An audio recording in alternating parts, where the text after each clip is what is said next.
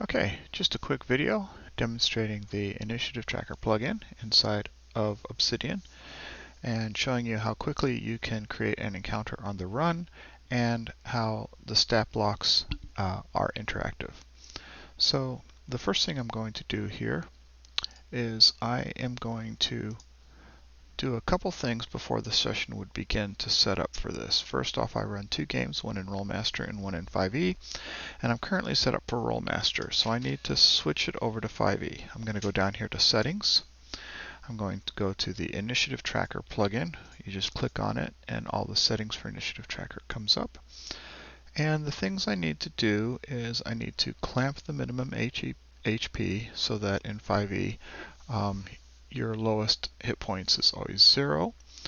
I'm going to come down here and let's say for the evening a couple people can't make it, so your regular party isn't available. So you are going to create a party for that evening.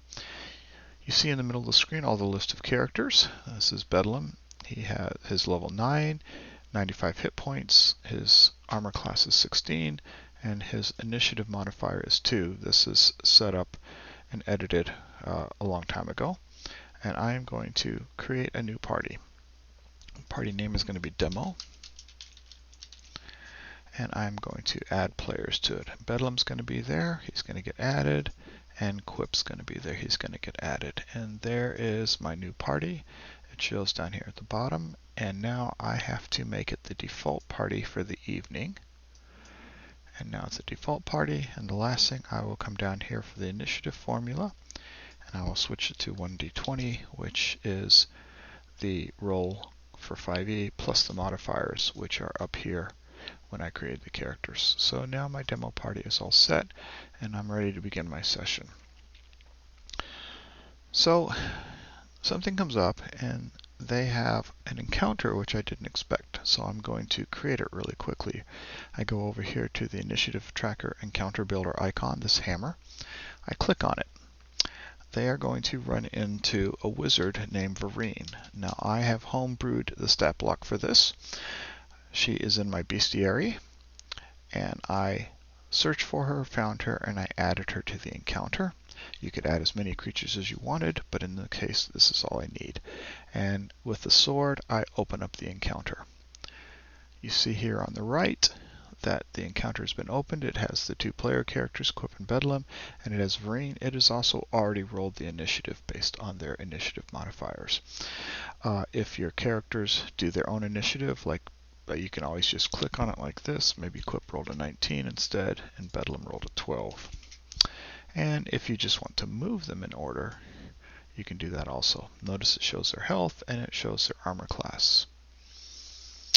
Now, when you are in your combat, one of the nice things that happens is that you can click on the creature and you'll notice that the stat block came down here. You can drag this up to a larger view, and this is where the interactive part becomes really interesting, because notice that she's a spellcaster and all of her spells will pop up in a window.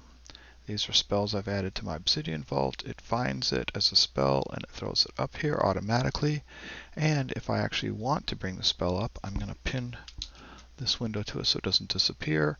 And I'm going to bring up Acid Splash. I can click on it and my Acid Splash note comes up with all my notes, including things like there was some errata for this particular spell.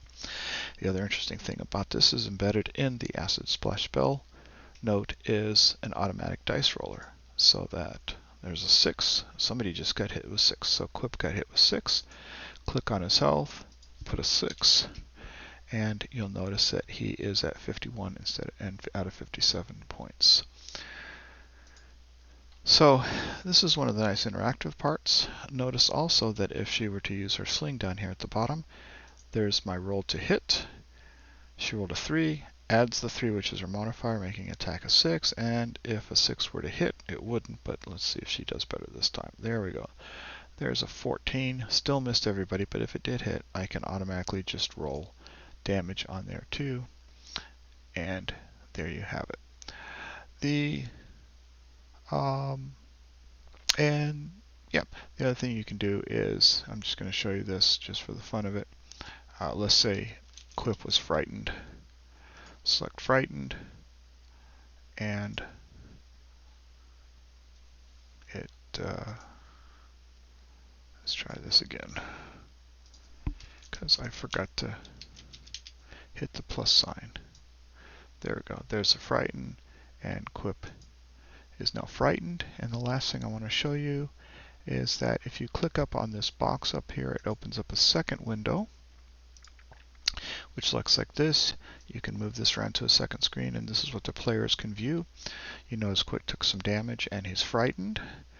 And you'll notice that the opponent, Vareen, just says healthy. It doesn't show the hit points. If Vareen were to take more hits, I'm going to go back to my original screen, and she's going to take 12 hits. And you will now notice that on the player's window that she is now showing as bloodied. So this will help eliminate a lot of the discussions of players always asking how many hit points does the opponent have. So that's just a really quick view of the interactiveness of the Statblocks in Obsidian, and I hope you enjoyed it.